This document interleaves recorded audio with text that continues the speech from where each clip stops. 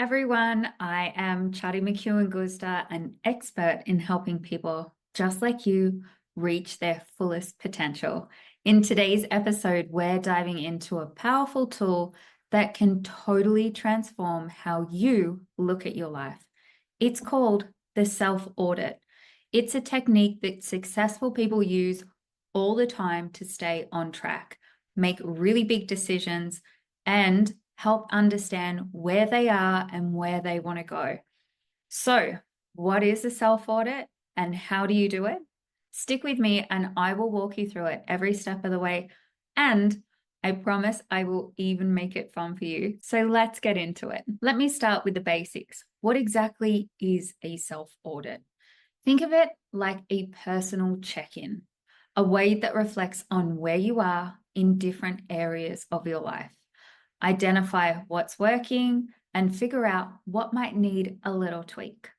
It's a holistic approach that gives you insight into your habits, your routines, your mindset, and your emotions. Let me tell you what a self-audit isn't. A self-audit isn't about beating yourself up or focusing on what you're doing wrong. Instead, it's about awareness and understanding. It helps you get very clear on what it is that's going well and where you might want to make just a few of those little adjustments. And the best part, you're totally in control. This process is all about you and all about your journey. The first step in a self-audit is zooming out and taking a look at the big picture of your life. This is about reflecting on key areas like your health, your relationships, your career, your mindset, even your personal growth. The goal here is to check in with yourself and ask, how am I really doing? So let me give you an example. Question 1, how do I feel about my current work-life balance? Question 2, am I prioritizing my physical and mental health? Question 3, am I investing time in relationships that matter the most to me? Question 4, do I feel like I'm growing or do I feel like I'm stagnant? Don't overthink these answers, just let them flow. This is the reflective part of the self-audit, where you start to identify areas that feel good and areas that might need just that little bit more attention. I want you to set aside 10 to 15 minutes to really reflect on each of these life categories. Write down your instinctual response, your gut reaction, what's working, what's not. It's time to be really honest with yourself here. The first step is all about getting real with yourself and taking stock of your life without judgment. And that is the key. You're simply looking at where you are, not where you should be. I want you to give yourself grace. Now that you've reflected on the bigger picture, it's time to break it down even further. Rate yourself in each category on a scale of 1 to 10. Remember, this isn't about being perfect. It's about giving yourself a snapshot of how you're feeling in each area. Let's just say you're doing pretty well with your career, so you might give it an 8 out of 10. That's amazing. But maybe your physical health hasn't been a priority lately, so you rate it about a 5. These numbers give you a very clear visual of where you might need to focus your energy. I want you to create a list of categories that are really important to you: career, health, relationships, personal growth, mindset, anything that you feel is very important to you.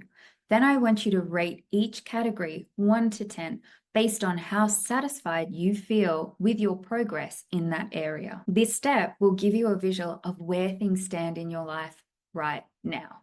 It's not about scoring yourself low or high. It's about seeing where you have room to grow and where you're already thriving. And remember, this process is a tool for self-growth, not self-criticism. You are going to hear me say that again and again because it is very important that you understand that when we use self-analysis. Now, before diving into what needs work, I want you to take a moment to celebrate your wins.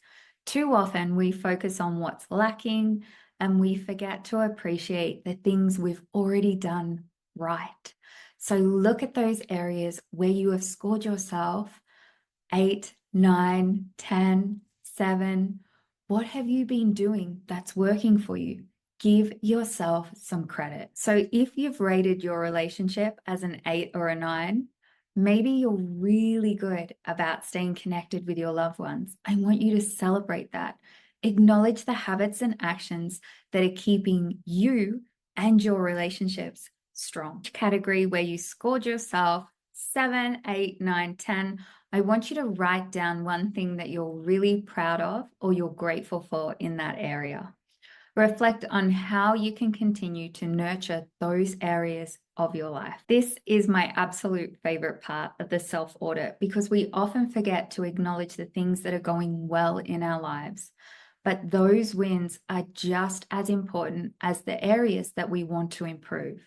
So take a moment and give yourself some well-deserved praise, because I'm proud of you. Now, let's look at some areas where you have scored yourself 6 or below. This is your growth zone, the areas of your life where you can make changes and see big improvements. How exciting. Don't feel overwhelmed. This is a positive opportunity for growth, not a place to beat yourself up. Let's say that your health score came in low. Instead of feeling discouraged, use this as a chance to create an action plan. What's one small change that you can make this week to prioritize your health?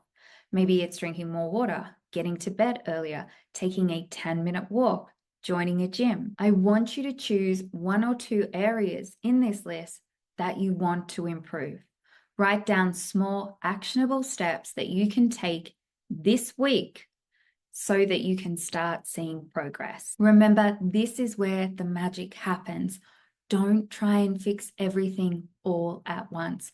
Focus on 1 or 2 key areas and commit to small steps consistently that will help you grow. Remember, it's all about progress, not perfection. Also, a self-audit isn't a one-time thing. It's something that you can visit regularly to track your growth and stay aligned with your goals. After you've identified your areas of improvement and set some intentions, commit to checking in with yourself. This could be done monthly, quarterly, or even when you're feeling off track. Lots of my community like to do this with the full moon, as that's a time when they start to feel reflective. So please make sure that you set a reminder in your calendar for a monthly self-audit check-in. Use this time to reflect on your progress, celebrate your wins, and adjust your goals as needed. And I want you to remember that a self-audit is an ongoing process. And the more you do it, the more you'll see growth and improvement in every single area of your life. It's like having a roadmap for your personal development made just by you. So there you have it. This is your guide to doing a self-audit. Remember, this process is all about gaining clarity, celebrating your wins, and setting yourself up for growth. It's a tool that can help you get unstuck, stay on track, and live a life that feels aligned with your values and goals. If you want more tools and more guidance and support on your personal growth journey, I invite you to join my community. Inside, you'll find live calls, an entire library of courses and products designed to help you reach your fullest potential in every single area of your life. Click the link in the description to learn more and become a part of this supportive, growth-focused community. And don't forget to subscribe, like, and share this video so that more people can learn how to do their own self-audit and start making meaningful changes in their lives. I'll see you in the next video. Thank you for watching. Now, go out there and be your own best guide. Start your self-audit.